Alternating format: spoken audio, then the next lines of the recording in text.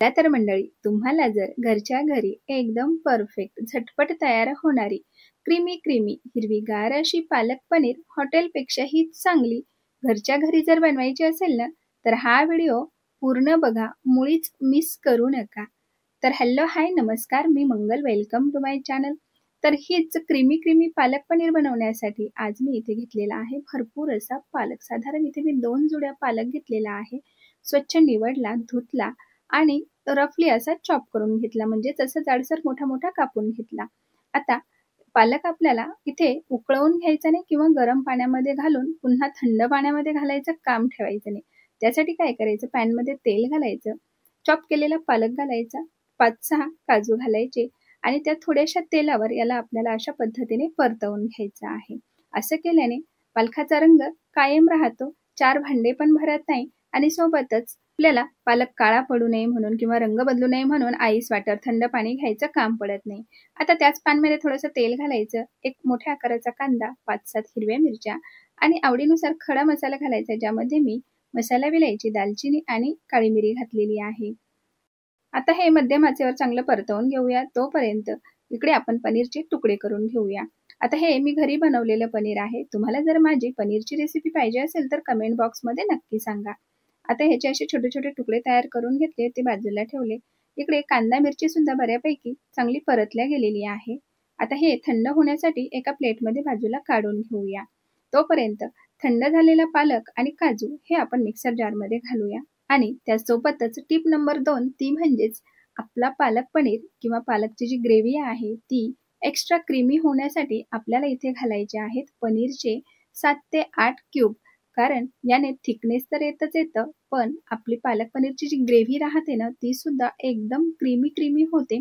एकदा नक्की ट्राय करा. टिप्स आवडली असेल ना, तर एक लाईक जरूर करा. तर आता आपण हे मिक्सरला एकदम बारीक असं वाटून घेऊया. आता तुम्ही इथे बघू शकता, या आपल्याला आपलं जी ग्रेव्ही आहे किंवा पालकची जी पेस्ट आहे एकदम हिरवीगार आहे आणि एकदम थिकनेस तुम्ही त्याचा बघू शकता. मस्त अशी क्रीमी आपली पालकची प्युरी इथे तयार झालेली आहे. तर आता ही बाजूला ठेवूया. त्यानंतर कांदा, हिरवी मिरची ती सुद्धा आपण मिक्सरमध्ये बारीक अशी वाटून घ्यायची. सोबतच भरपूर अशी कोथिंबीर घालायची आणि ती सुद्धा मिक्सरला एकदम बारीक अशी वाटून घ्यायची. अशा पद्धतीने भरपूर अशी कोथिंबीर घातली ना, तर पालकाचा उग्रवास जो असतो तो कमी होतो. त्यामुळे भरपूर अशी कोथिंबीर घालून मिक्सरला बारीक असं वाटून घ्यायचं. आता दुसरे तिसरे भांडे न भरवता त्याच पॅनमध्ये अर्ध तेल अर्ध तूप घालायचं आपल्या गरजेनुसार. हवं तर पूर्ण बटर घातलं तरी सुद्धा चालते. बारीक कापलेला एक छोटासा कांदा घालायचा आहे, एक तेजपत्ता घालायचा. सोबतच आपल्याला त्यामध्ये एक लाल मिरची सुद्धा घालायची आहे, 1 चमचा अद्रक लसणची पेस्ट घालायची आहे आणि आता मात्र आपल्याला ही जी फोडणी आहे तर ही फुल आचेवर करायची आहे. असा धूर निघाला पाहिजे, मस्त असा स्मोकी फ्लेवर त्याला लागला पाहिजे. अशा पद्धतीने आता कांदा आणि अद्रक लसण चांगली परतल्या गेली की त्यामध्ये कांदा, हिरवी मिरची आणि कोथिंबीरचं वाटण घालायचं आणि ते सुद्धा फुल आचेवर असं मिक्स करत आपल्याला चांगलं परतवून घ्यायचं आहे. तुम्ही इथे बघू शकता, ह्याने मस्त असा ढाबा स्टाईल त्याला फ्लेवर येतो, स्मोकी फ्लेवर येतो चांगला आणि भाजी ची चव ही जी असते ना, ती नेक्स्ट लेवलला जाते. आवर्जून अशी एकदा करून बघा, तुम्हाला खूप आवडेल. त्यानंतर मी इथे 1 चमचा जिरा पावडर घेतली, 1 चमचा गरम मसाला, 2 चमचे धने पावडर आणि थोडीशी हळद घातलेली आहे. आता आपल्याला याला व्यवस्थित असं मिक्स करून घ्यायचं, 2 ते 3 मिनिटं चांगलं परतवून घ्यायचं. आता हे छान परतलं गेलेलं आहे. त्यामध्ये 1 चमचा कसुरी मेथी घालायला मुळीच विसरू नका, फ्लेवर डबल होतो. व्यवस्थित मिक्स करून घ्यायचं. बऱ्यापैकी असं तेल सुटेपर्यंत छान परतल्या गेल्या की त्यामध्ये काजू, पनीर, पालकची पेस्ट घालायची आणि व्यवस्थित मिक्स करून घ्यायचं. गरजेनुसार पाणी घालायचं. आपल्याला थिकनेस किंवा घट्टपणा जसं पाहिजे तसं आपल्याला इथे ॲडजस्ट करायचं. चवीनुसार मीठ घालायचं. व्यवस्थित त्याला मिक्स करून घ्यायचं. अशा पद्धतीने आता झाकण ठेवून आपल्याला 2 ते 3 मिनिटं याला चांगलं शिजवून घ्यायचं आहे. आता हे चांगलं शिजवण्यासाठी आपण दुसऱ्या गॅसवर ठेवूया. तोपर्यंत आपण एक छोट्या पॅनमध्ये थोडंसं तेल घालूया आणि त्यामध्ये पनीरचे तुकडे थोडेसे आपल्याला नॉर्मल गरम करून घ्यायचे आहेत. शक्यतो ग्रेव्ही जोपर्यंत शिजते आहे ना, तेव्हाच आपल्याला ही क्रिया करायची आहे. तुम्ही जर अगोदर पनीर गरम करून ठेवलं तर ते तुम्हाला कोमट पाण्यामध्ये, हळदीच्या पाण्यामध्ये ठेवावं लागतं.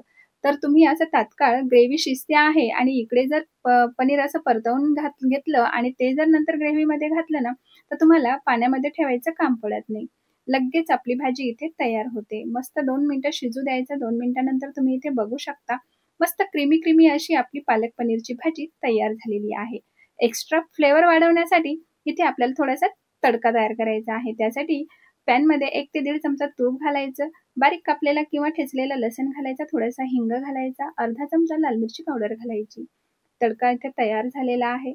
मग काय मस्त अशी क्रीमी पालक पनीरची भाजी, त्यावर घालायचा थोडासा छोटासा असा तडका. बघा आहे की नाही हॉटेलपेक्षाही चांगली एकदम हिरवीगार क्रीमी अशी पालक पनीर, तेही घरच्या घरी. तर आय होप तुम्हाला मी बनवलेली आजची ही पालक पनीरची भाजी आवडली असेल तर नक्कीच लाईक करा, शेअर करा, चॅनलला सबस्क्राईब करून बेल बटन क्लिक करायला मुळीच विसरू नका. त्याबद्दल तुमचे खूप खूप धन्यवाद.